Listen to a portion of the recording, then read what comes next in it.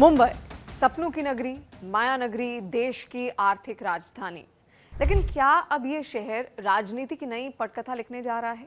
BMC Asia की सबसे अमीर नगर पालिका, जिस पर दशकों से एक ही सियासी छाया रही, वहां अब सत्ता के सिंहासन पर बदलाव की आहट साफ सुनाई दे रही है। भारतीय जनता पार्टी ने जैसे ही बीएमसी के लिए अपने मेयर उम्मीदवार के नाम पर मुहर लगाई, वैसे ही मुंबई की सियासत में भूकंप आ गया। सवाल सिर्फ मेयर का नहीं है, सवाल है उस सिस्टम का जो सालों से चलता है तो चलने दो के भरोसे टिका रहा। क्या अब मुंबई का चेहरा बदलेगा? क्या सड़कों पर पसरी अव्यवस्था, नालों पर कब्जे और फुटपाथों पर फैली अवैध रेहड़ी पटरी पर लगाम लगेगी? क्या वो शिकायतें जिन पर अब तक फाइलों की धूल जमती रही, अब क्या कार्रवाई में बदलेंगी? सबसे बड़ा और सबसे तीखा सवाल, क्या मुंबई से अवैध बांग्लादेशी घुसपैठियों और उनके नेटवर्क पर सचमुच प्रहार होगा? क्या वो राजनीतिक संरक्षण टूटेगा जिसकी आड़ में नियम, कानून और सुरक्षा से खिलवाड़ होती रही? बीजेपी के इस ऐलान को समर्थक मुंबई के कायाकल्प की शुरुआत बता रहे हैं, तो विरोधी इसे सत्ता की भूख करार दे रहे हैं। लेकिन इतना तो तय है कि ये चुनाव सिर्फ बीएमसी का नहीं, मुंबई की आत्मा का चुनाव बना था। सवाल साफ है, क्या मुंबई वही रहेगी जैसे कि वो अब तक रही है, या फिर ये शहर एक नए प्रशासनिक युग में कदम रखेगा, जहां नियम सबके लिए एक जैसे होंगे और सत्ता जवाबदेह होगी? मुंबई की सड़कों पर सिर्फ ट्रैफिक नहीं बढ़ा है, उम्मीदें भी जाम में फंसी हुई हैं। सवाल ये है, क्या नया मेयर उन उम्मीदों को रास्ता दिखा पाएगा, या फिर ये भी एक और चुनावी शोर बनकर रह जाएगा? और ये सब मैं यानी शिवानी इसलिए पूछ रही हूं क्योंकि आज संस्कारी नारी में बात होगी ऋतु तावड़े की, जो होंगी बीएमसी की अगली मेयर और पहली महिला मेयर। देश की आर्थिक राजधानी मुंबई की राजनीति में इतिहास रच चुका है। बृहन मुंबई महानगर पालिका यानी बीएमसी एशिया के सबसे अमीर नगर निगम को पहली बार भारतीय जनता पार्टी की मेयर मिली है। इस ऐतिहासिक पल की नायिका है ऋतु तावड़े, जिनके नाम के साथ अब मुंबई की बॉस जैसा सियासी तमगा जुड़ गया है। सवाल सिर्फ इतना नहीं कि वो मेयर बनी, असली सवाल है ऋतु तावड़े हैं कौन और कैसे कांग्रेस से निकलकर बीजेपी के जरिए सत्ता के शिखर तक वो पहुंची। बीएमसी कोई आम नगर पालिका देखिए नहीं है। करीब 1 लाख करोड़ रुपए से ज्यादा के बजट वाली ये संस्था मुंबई की सड़कों, पानी, शिक्षा, स्वास्थ्य, इंफ्रास्ट्रक्चर की रीढ़ है। दशकों तक जिस सत्ता पर एक ही राजनीतिक धड़ा हावी रहा, वहां अब बीजेपी का परचम लहराना अपने आप में एक सियासी भूकंप की तरह है। 15 जनवरी को हुए चुनावों में बीजेपी ने 89 सीटें जीतकर सबसे बड़ी पार्टी का दर्जा हासिल किया, जबकि एकनाथ शिंदे के नेतृत्व वाली शिवसेना को मात्र 29 सीटें मिली। गठबंधन ने जरूरी 144 सीटों का आंकड़ा तो पार कर लिया। 22 जनवरी की लॉटरी ने यह भी तय कर दिया कि इस बार मुंबई की मेयर सामान्य वर्ग की महिला होगी, और यहीं से ऋतु तावड़े का रास्ता साफ हो गया। ऋतु तावड़े कोई अचानक उभरा हुआ नाम नहीं है। वो 3 बार की कॉर्पोरेटर रह चुकी हैं और बीएमसी की राजनीति को भीतर से समझती हैं।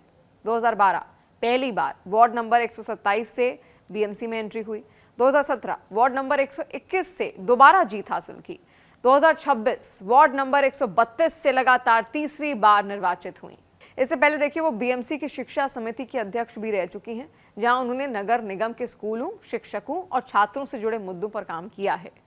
पार्टी के अंदरूनी सूत्र ये मानते हैं कि प्रशासनिक फाइलों से लेकर गली मोहल्ले की समस्याओं तक तावड़े का अनुभव काफी गहरा है।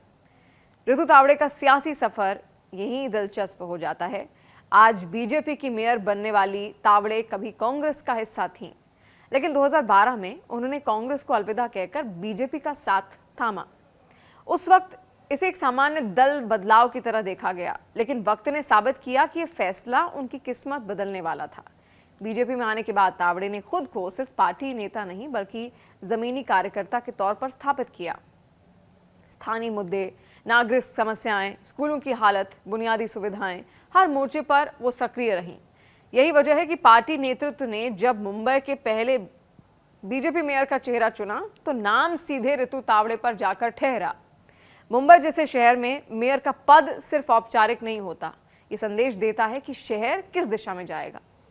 क्या अवैध कब्जों और रेहड़ी पटरी पर सख्ती होगी? क्या नगर निगम की व्यवस्था ज्यादा जवाबदेह बनेगी? क्या शिक्षा, स्वास्थ्य और इंफ्रास्ट्रक्चर में ठोस बदलाव दिखेगा?